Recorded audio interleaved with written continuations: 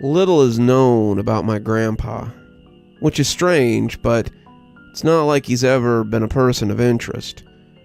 All that we knew was that he was in the Army. After that, he suffered from PTSD and died under mysterious conditions. The end. It was December 2017. Nathan and I were home decorating for Christmas. Mom was out on a shopping spree. We were jerking around when Des showed up, a longtime friend of mine. With the three of us in the house, something was bound to happen. Nathan decided to go call his girlfriend, Anne. They'd been going out a couple of days now. "Dude, who's this?" Des pointed to the urn that was situated under the tree. "That's Grandpa. You can touch him. I know you're into freaky stuff." But it was already too late. His hands were all over the thing. Des had already opened the urn. Looks like drugs. What do you think would happen if I snorted some of it? Think you'll get high or just dead? He took a handful out of the urn. I inched closer to try and take it away from him. "Dude, come on. I don't think you'd get high." "Probably not."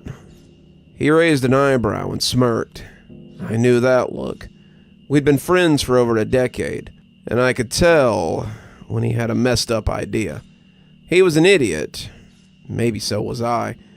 That's when we got along. Plan was simple. Get Nathan to snort the grandpa ashes and get first-hand experience of what would happen. Chances are, nothing would happen. I got the camera ready while Des planted some ash residue on the top lip and nostril to act like he'd already snorted some.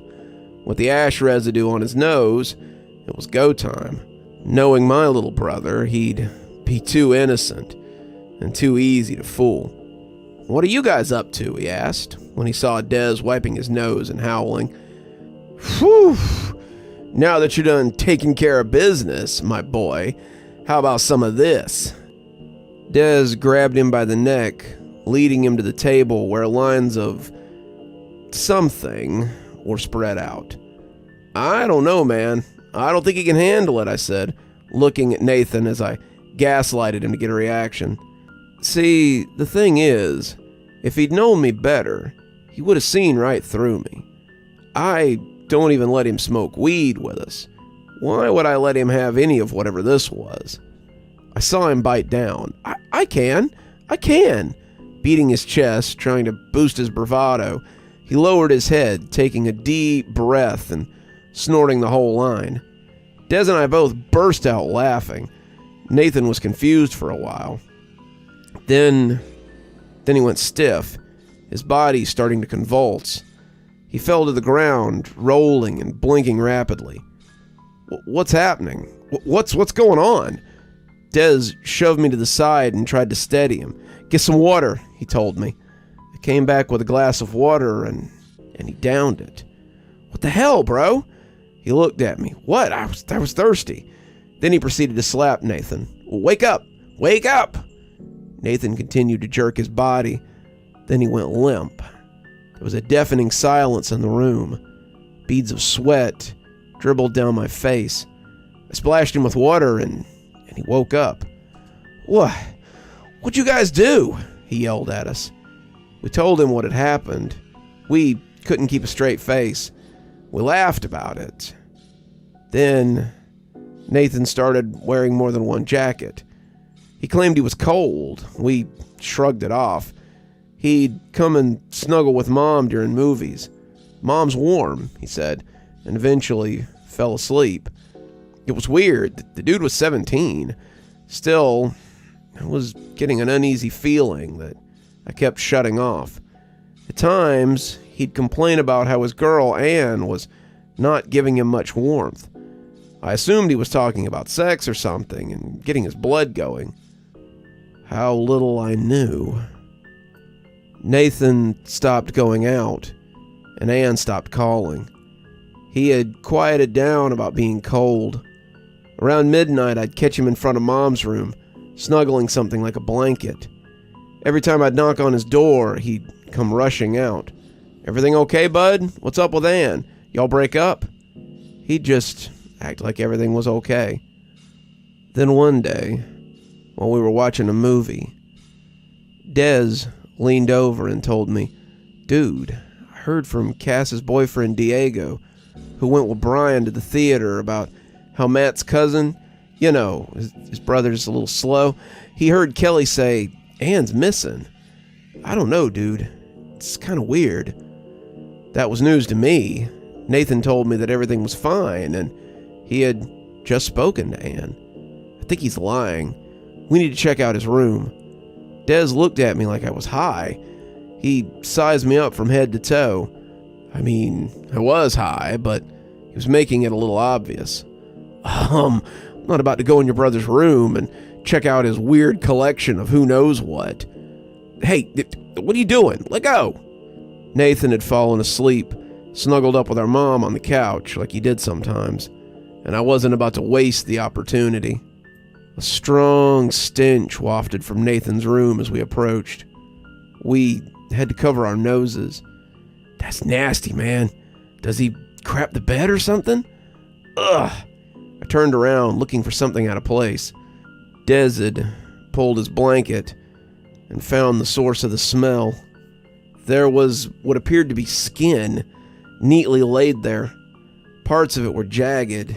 It was signs that whoever had skinned the person was an amateur. "What are you guys doing?" We both spun around and found Nathan standing there, eyes hollow and devoid of emotions or recognition. He tilted his head to the side. "Oh, I see you found Anne's blanket. She was saying I was getting under her skin, so I got under her skin all right. See, Tate, I've been feeling chilly for a while now, but Mom's home, and Anne's skin helps me sleep better at night. There's 2 more fabrics to that skin blanket, though." He took a few strides towards us, snuggling the thing, bloodshot eyes watching us. You killed Anne and took her skin? What, are you sick?" The whole scene made my head hurt, realization dawning on me. He was possessed. He had to be. "You messed up, man. Like, really messed up." Des pulled the skin by the corner. There were bloodstains and bruises. The thing was flappy. He scrunched his nose. "He's capable of that. What else is he capable of? He killed Anne and skinned her. That's just sick, man." Nathan giggled. "Nuh-uh. Anne's alive. I love her. So I didn't kill her. She killed herself to keep me warm. After the whole ordeal with the powder, I was feeling cold, you know?" My heart sank, blame crashing into me. "We did this. We did. We need to fix it. We need to fix you." I moved closer, each step heavier than the last, heart hammering in my chest. My breath was strained, and I went in for a hug. "We?" Des asked, while trying to get the cogs in his head working. "What you mean, we? Nuh-uh, brah." I watched Nathan get in bed and pull Anne's skin over his body as he let out a deep sigh. "Close the door on your way out," he said, pulling it tightly around his body, almost snuggling it. He was smiling. "Look, you might be wondering why we were so calm about all this. Some of it was the weed, but some of it was us realizing we couldn't tell anybody, because we had done this. Dez's place was the best place to think without Nathan eavesdropping. We didn't want to make him suspect us. When our heads were cleared, we yelled and kicked things and cussed at our stupidity. So your grandpa possessed your brother, and now he's doing his bidding. Your brother's a crybaby. This can't be him." Des was going up and down, biting his nails. And dead people are cold, meaning that's why he's feeling cold, and he only finds warmth in those he loves, like your mom. I fumbled for my phone and dialed her number. It went to voicemail. I tried it, and it went straight to voicemail again. Des told me to put my phone on record because he had a weird feeling. We needed to do something, but without a solid plan, things could get out of hand. That's how we did things, though. Act now and think later. Des was quick to Google some exorcist stuff and phrases. We got holy water, salt, and crosses, and we ran like hell back to my place. The lights were off, which was strange. We tried our best to sneak in and turn the lights on. Nathan was sitting on the couch, his skin blanket wrapped around him. The whole room reeked of decay, but he seemed to be asleep. Slowly as possible, we made our way towards him. Just as we came to within arm's reach, he woke up. His eyes were blood red and he went feral. He jumped up, gnashing his teeth and fingernails in my face. He was clawing with that thing dangling off his shoulder like a cape. Des yanked him by the skin blanket, trying to get him off of me. Oh my God, it's so slippery, it stinks. Nathan turned around and headbutted him, and he fell with his nose bleeding. I splashed him with the holy water, and he shrieked, retreating to the corner. His voice went deep. Son, don't. It's Grandpa Max. I'm so cold. I splashed him some more, and he whimpered, demurring as his demeanor changed. Tate, what's happening? What are you doing? It was my brother's voice, his eyes pleading. Please, help me. I'm so cold. Everything around me became muffled. I looked at what I was doing, then back to the person before me. I'm sorry. Des pushed me to the side and threw salt on him, yelling, Exi ergo transgressor, exi ergo transgressor, exi subtutor plene omne dolo et fabulace. Vertitus immiscique innocentium persuator. Nathan growled through gritted teeth as Des went on speaking that faux Latin. A cacophony of words rained down on us. His eyes rolled to the back of his head. Lights began to flicker. He grunted like a feral animal as drool dribbled down his chin. Ni vecigo la lordum de la absimo. Nathan's body twisted and jerked. He cocked his head to the side and ground his teeth. We kept throwing salt and holy water on him, Des reciting his phrases. There was yelling back and forth in a deep, rumbling voice as Des went on. Then everything went silent. Nathan fell to the ground, limp. Is it over? Is it done? I didn't respond, but I dashed to my brother's side. I hugged him tight, and as I held him, he seemed to come back to himself some. What happened? Why am I wet and on the floor? When we told him about what had happened, he sobbed and threw away the skin blanket. His eyes looked droopy, the bags under them showing that he hadn't been sleeping much. A week later, Anne's case was closed. I went to a public phone to give the police an anonymous tip, and that was the last we heard of it. When my phone rang, I looked down and saw it was Des. Sup? I asked. He took a deep breath. This feels way too easy, don't you think? I mean, how it all went down. He waited for my response, and when he got none, he continued. See, right now, I'm in Nathan's room. Remember when we asked what happened, and he said he didn't recall anything? But then I asked if he knew any Latin prior to speaking it. You know, that stuff he was yelling back at us. He said it wasn't Latin. It was Spanish. I rolled my eyes. What are you getting at? Cogs in my brain starting to grind and sink.